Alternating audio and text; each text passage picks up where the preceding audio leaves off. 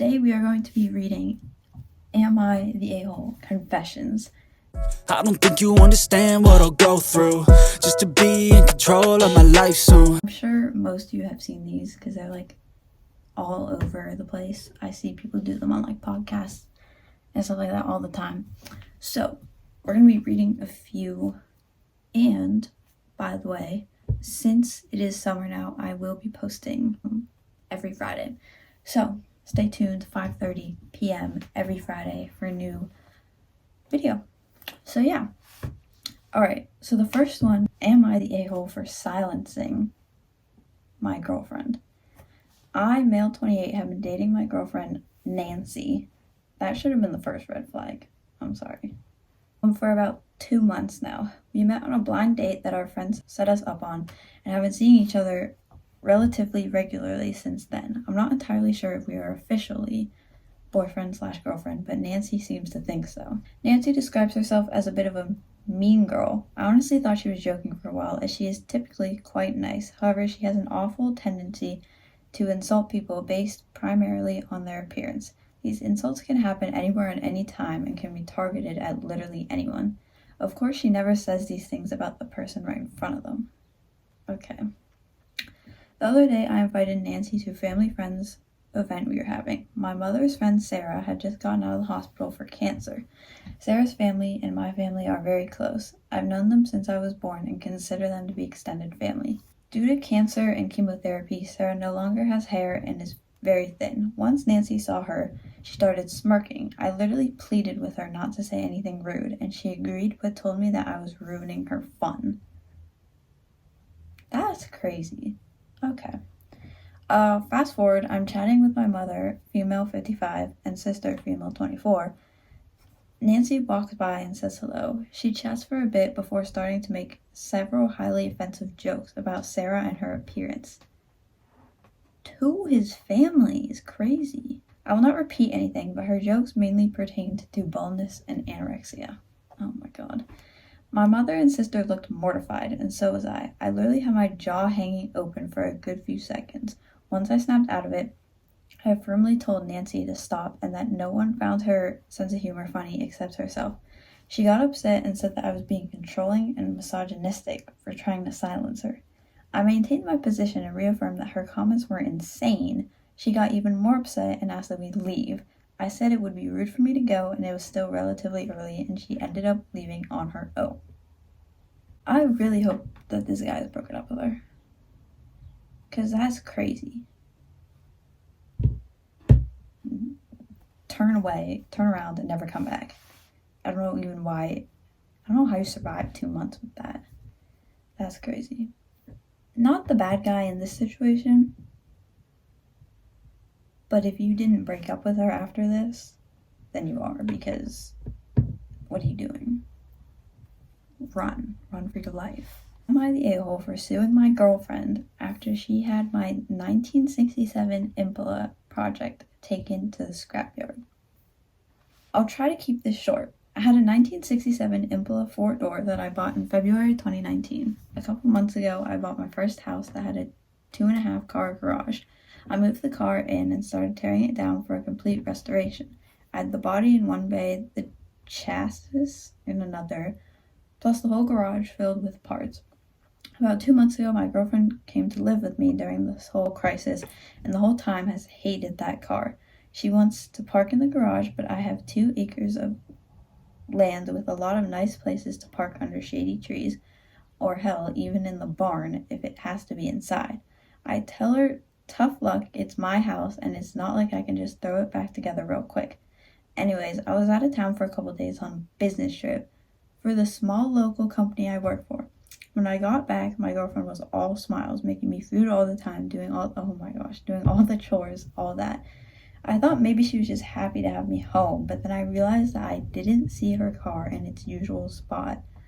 I asked her where she parked so I can make sure I mow that area and keep it clean, and she said not to worry because she parked in the garage.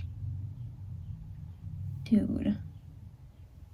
Oh my gosh, okay. I asked how, and she told me to go check it out.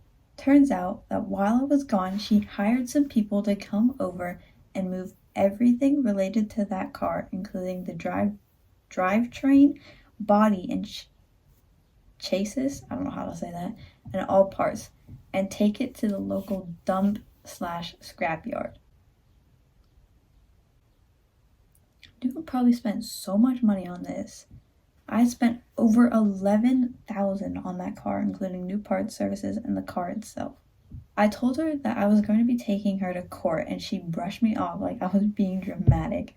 I told her that it's done between us and to pack her things and leave, as you should. I admit I was really angry, but I did end up getting a lawyer, and as I have all the receipts for all that money spent, and I have her on my house's security cam footage, letting the guys, I'm surprised he didn't see that like earlier, letting the guys in and watching them take it all, I think I can win. Her family and friends are absolutely blowing me up, saying it's just a stupid old piece of junk and that she cannot pay back all the money that I spent and that I should just let it go. How do you just let that go? You spent $11,000 on it, and if she can't pay it back, I mean, I don't think it's the wrong thing to do, you know? Okay. But I have been putting all my time, effort, and money into the car for 1.5 years now, and if I am not going to get justice for what she did, there's 2 updates and an edit. Okay, so the edit, it just talks about awards, and it says, I got a call from her mom about 20 minutes ago, and she told me that I was ruining her daughter's life over a stupid car. I told her she ruined her own life. I've been gathering documentation and stuff, and I'm about to head down to the police station and file a report, as suggested by Lots here. Smart, okay. So this is the first update. Went to the police station last night, was told to come back in the morning. Just got back and filed an official report against her for grand larceny and grand theft auto. I showed them all the receipts I had for the car and the footage of her letting the guys come and take it, as well as the title for the vehicle in my name. They said they will be in contact with all 3 parties, me, ex-girlfriend, and junkyard guys, soon, and they will hopefully be able to recover some or all of the car. Just have to wait now. And there's a huge update that says they found my car. The junkyard guys apparently were in the middle of hiding it when the police came to ask them questions. It was on a... Wait, what? They were hiding it. So they knew? Oh my god, they were in on this? Okay, wait. Okay. It was on a forklift, and they were gonna put it on top of a pile of cars that was hidden behind more piles of cars. They said it was theirs and they had the title, but obviously didn't have the title for it. And since they matched the VIN on the chassis and body to the VIN on my title, it was obviously mine. I lost my place. I know at least one person there has been arrested. I think he was in the camera footage I talked about earlier, but I don't know if it was the boss or whomever, or even his specific charge. They also told me they would be looking for into this specific junkyard for any other vehicles reported stolen. They said they haven't been able to get in contact with my ex just yet, but they're working on it. I'm just so glad they found my car. Luckily, I made quite an album of pictures detailing me tearing down the car, and so I can use that to prove what parts they had were mine, so I can hopefully get most or all of it back. Police haven't let me take it back home yet, as they say it is evidence or something, so hopefully I can get it back eventually. That's crazy that the junkyard guys were in on it and said it was theirs, tried to hide it, and now they're getting arrested. I bet there's so many other stolen cars in there. That is actually crazy. But yeah, he didn't really sue her. He just filed a report on her. Maybe he did sue her, he just didn't say it, but definitely not in the wrong here. I 100% agree with what he did. It was her fault. He spent $11,000 on a car, and she just threw it away. Okay, I immediately saw this title and was like, I have to read this one. So, am I the a-hole for pretending to get fired when customers get a temper with me? I'm a high schooler with a weekend job at a coffee shop. My coworkers who work weekends are James, the owner's son. He goes to my school. He's a shift manager, but it's not a real formal thing. He's a friendly guy. Danielle, a college student who sometimes works weekends too. So sometimes customers will come in and just be angry about such little stuff, like literally blow up about nothing. I don't know if they're in a bad mood already and looking for someone to take it out on or what, but it's a lot. Like, how sad. So, how sad. So you have to be, how sad you have to be a grown man taking, bro, this grammar is crazy right now, taking your anger out on high school and college kids. So James and I were joking about having a little fun with them and hopefully getting them off our backs.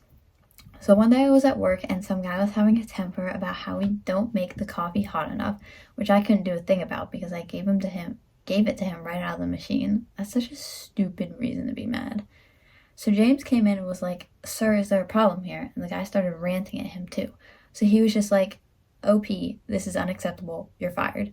I started acting real sad, like, "No, please don't fire me. My family needs money. I need this job, please." And he played up, telling me to take my apron off and leave. The angry guy started to backtrack, like, "It isn't that big of a problem. You don't need to fire her over it. I didn't mean it." And James was like, "No, we pride ourselves on the best customer service." Of course, after all that drama, I still had my job. We were just acting. We've done it a couple times whenever a customer will lose their temper. At Danielle or I, James will storm in and fire us. And almost every time the person who had come in angry will apologize and say that they didn't mean it. It's kind of satisfying, making people realize their actions might actually have consequences. Anyway, I was telling my friends from school about this, and a few of them thought it was a mean prank to let someone go away thinking they'd gotten someone who desperately needs the money fired. No, this is hilarious. I would do this too. I don't know why your friends are so mad about this, because the people come in just getting angry. Like, it makes sense. Teach those people a lesson. These are grown people too, coming in to get coffee. They need to learn their lesson. Like, it's a little bit of a dumb problem, to be honest. That is today's video. I hope you guys enjoyed. Again, I will be posting every Friday during the summer. So every Friday, new video, 5:30 p.m. Make sure you stay tuned, subscribe for that. And I'll see you next Friday. Peace out. I don't think you understand what I'll go through just to be in control of my life soon.